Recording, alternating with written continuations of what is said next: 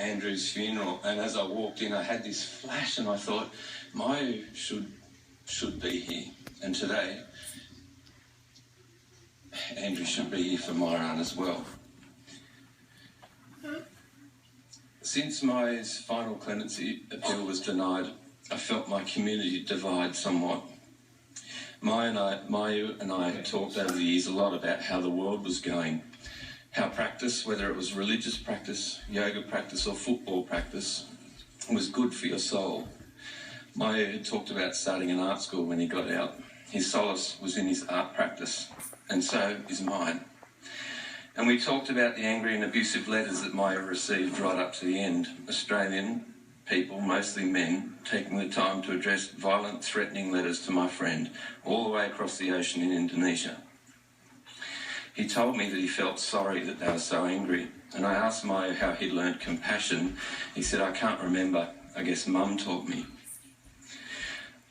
I don't remember in my own lifetime when young men didn't make mistakes. They make terrible mistakes, self-indulgent, dangerous mistakes, mistakes that are often criminal. And those crimes are committed by so many young men in some awkward and rudderless coming-of-age ritual. Collectively, we all need to make the effort to understand boys and men better, to offer guidance, to be mentors, to be forgiving and inspiring men and women ourselves. Maya became exactly the man that I'm describing. He guided, protected and mentored the young men around him, as did Andrew. I was a bad kid.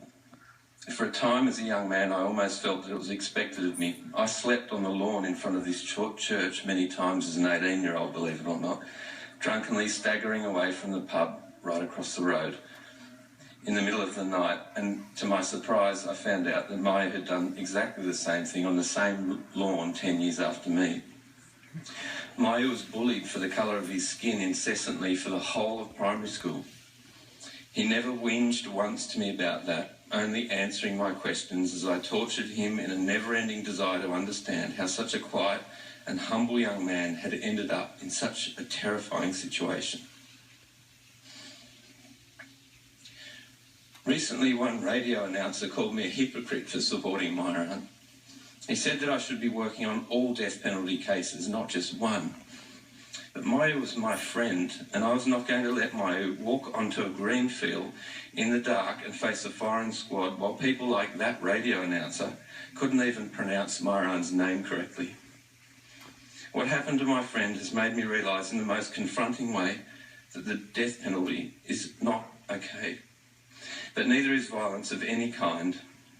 Men in my own society are riding a storm of violence right now. Women are not safe to walk the streets at night. Women are not safe in their own homes. Violence is not okay. It is not all right to use threats or bullying to get your own way against anyone. It is not all right to shirt front or name call. It is not all right to belittle young men when they are in hopeless and desperate situations, even if those young men got themselves into that place. It is never all right for journalists to mock young men. Long before I met Maya, I remember a headline on a newspaper that read, "No sympathy." The day my friends and I lose our sympathy is the day that I am dead inside. And I have profound questions about our government calling for the death penalty for citizens of other countries. It is not all right for us to call for the death penalty for anyone, anywhere, ever.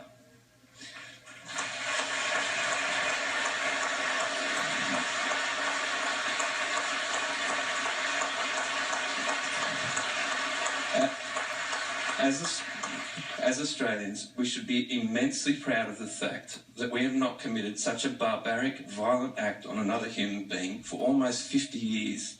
My grief is personal. I lost my friend last week. But the senselessness of what happened to my friend has made me see very clearly that the act perpetrated on him was as close to evil as I've ever seen. It's been hard for me to watch social media over the last few months. Many people, many Australians, I have to be honest, mostly men, completely devoid of any compassion. But if they had spent 1 hour with Myron Sukumaran, I challenge any of them to continue their self-righteous and cruel tirade. For Maya behaved in a way that contradicts the simplistic persona that they portray. He defended the weak. I saw it with my own eyes. He forcefully defended the sanctity of his studio and the education facilities that he and Andrew built. He wrote to me after a ride inside Kerabakan to tell me that he had had to stand at the doors of his studio. Prisoners with machetes, guns and knives had come to destroy his part of the prison, and he had told them that they would have to kill him to get through those doors. He saved his part of the prison that fiery night. Another night, his big shoulders defended the entrance to the women's prison as the insides of Kerabakan ignited once again in flames and violence. He held an iron bar that particular night. I asked him, "Why couldn't you have found a knife?" And he said, "I didn't want to kill anyone." On another visit, I bought one of Mayo's paintings off him for $500. I handed him cash in the morning. I did it quietly and respectfully so that no other prisoners would see. Ex-inmates came into the prison to hold the class that I held that day, and worked tirelessly for the whole day with Mayo and his fellow inmates. One very young Balinese inmate had no money and so couldn't afford food from the prison kitchen. Mayo gave him some money. All the students got money as the day went on to buy art materials and carry on their education. By the end of that day, Mayo had given away all the money. I told him that he should have kept some for himself, and he said, without missing a beat, "They need it more than me." The many people who relied on Mayo in prison loved him. His classes were the first gatherings in the history of that prison where men and women were permitted to interact. Mayo was also the first inmate to be given access to the medical facility along with Andrew. He insistently drug-tested inmates before they were permitted to enter his part of the prison. He used the medical facility on many occasions, crudely stitching up injured inmates after riots and negotiating with the guards to give simple treatment for rashes and ulcers. Mayo told me that after he was gone, I was to care for his friend, an Iranian inmate, Raoul. Raoul is on a life sentence for drug smuggling. He's healthy and reformed, but sad and introspective, always clean-shaven, as was Mayo, and always waiting for instructions from Mayo. I've spent almost as much time with Raoul as I have with Mayo over the past few years, but it was only on my last visit to Kerabakan that Mayo told me Raoul's full story. Raoul's family is very poor. They could never afford to make the trip from Iran to Indonesia, so Raoul had not had one visitor in 8 years. I promised Mayo that I would one day raise the money to pay for Raoul's mum to fly to Indonesia to visit her long-lost and wayward son. I wish that things were different. The end was violent and horrific for Mayo, but his courage and dignity will make things easier for all of us.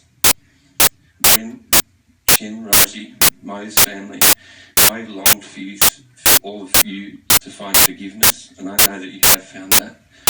I know that he also wanted you to be proud, and I know that moving forwards, you will be. As an artist, my studio is a place of refuge. It is where I work things out. My studio helped me work out and cope with the horrendous unravelling of my friend's life. And Mayo's studio is where he worked out the same things for himself, about himself. He used his visual language to tell the world who Myuran Sukumaran was. And right until the end, he communicated with the world from an isolation cell with a firing squad preparing to put bullets into his chest on the island of Nusa Kambangan, clearly, boldly, and intelligently.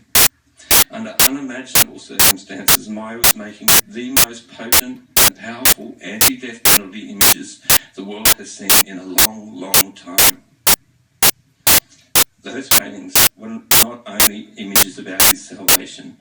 Knowing Mayo, they were images designed to steer the world away from the revolting barbarism that has overwhelmed Indonesian politics and back towards compassion.